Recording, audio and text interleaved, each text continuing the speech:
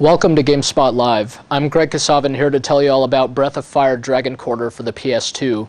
It's the fifth installment in Capcom's long-running Breath of Fire role-playing series, but it's the first that really departs quite dramatically from the conventions of the role-playing genre. It's a game that proves that the role-playing genre really stands to experience some variation now and again. The game has none of the trappings that most console RPGs tend to have. It's not all about just excessive random encounters and things like that. It's an original game with a lot of its own unique features and a great story to boot. And although it does have a few problems, it's still very easy to recommend to pretty much anyone who enjoys RPGs, particularly those who have been playing the genre for a long time and are kind of sick and tired of how these games really haven't changed much in the past decade or so. Like previous games in the series, this one is the story of a character named Ryu, who it turns out has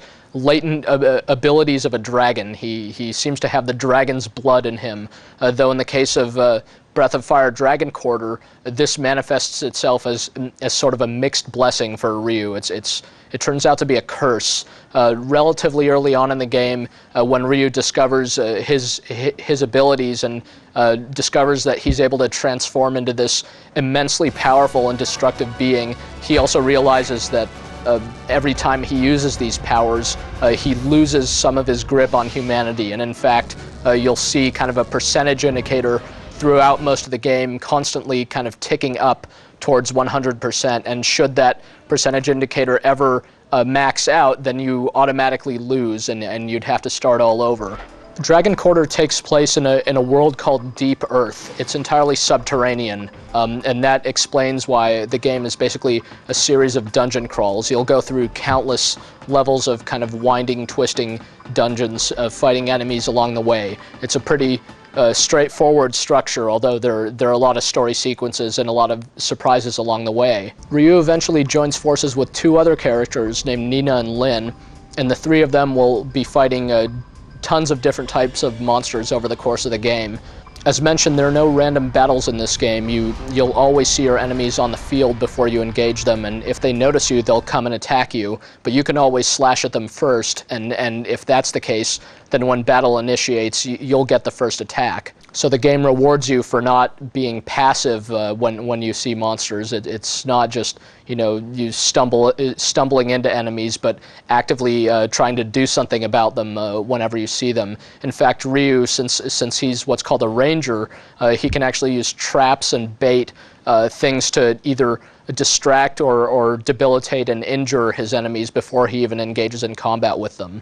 When you do engage in battle, the game turns into sort of this turn-based tactical combat game where characters move in order of their speed ratings and have a certain amount of action points with which they can move around the battlefield and also initiate different types of attacks and eventually string together big, damaging, and debilitating combos. As you clear out different dungeon levels, you'll find items that grant you new skills that you can use in your combos, new skills that you can attach to the different weapons you'll find. And this is kind of a strange system at first, the fact that you have to associate skills with your different swords and guns and all kinds of weapons that you find. But eventually it just works out really well, and you could really choose from a huge variety of different skill types that can really give you an edge in battle if you choose them wisely. The combat system isn't terribly strategic. One sort of quirk with it is that using items requires no action points at all. So, for instance, if you want to heal up your whole party and Ryu only has one action point remaining, you could still do that. You could use as many kind of healing abilities as you want, as long as you have the items remaining in your inventory. This isn't that much of a problem because healing items are actually very scarce in the game.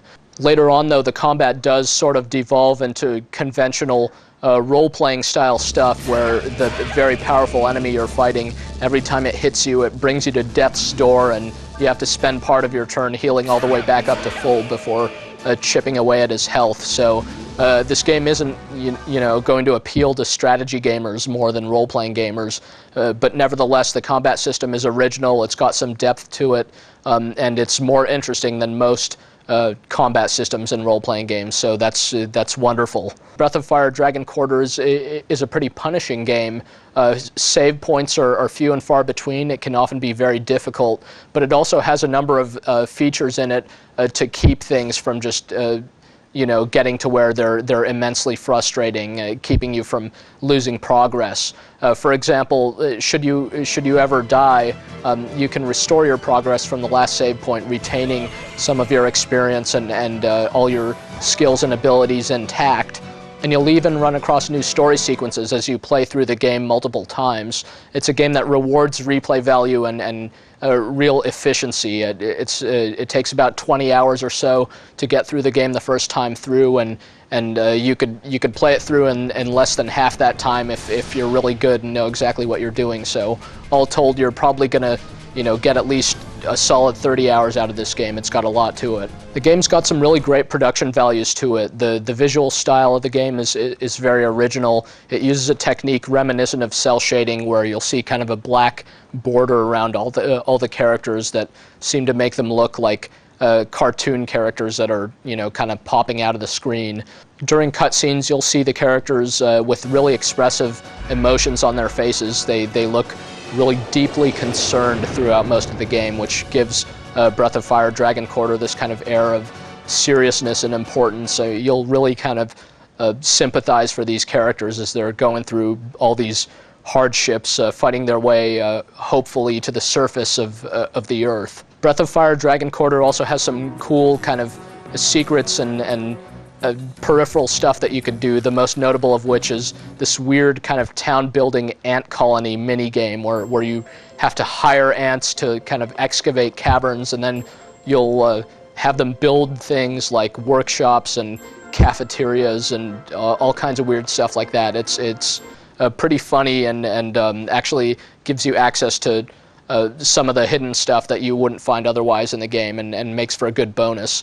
So there's really a lot going on to this game, though nevertheless the combat can occasionally get pretty repetitive. You'll have to reuse the same kinds of techniques over and over and fight some of the same monsters over and over. So it's not that this game is filled with variety so much as that it's very different from what the norm is for games in this genre. On its own terms, though, it's just a really fine kind of strategic role-playing dungeon hack with a great story and really good characters to it, and a lot of replay value, and just a lot to like about it. So it's really quite impressive to see this series take such a turn for the better and take a turn in such an original way. And even though there are a whole lot of really solid role-playing games already available for the PS2, this one isn't like any of the others and is easily recommended both on those virtues and on any others. It's just a solid production all around and a really enjoyable game.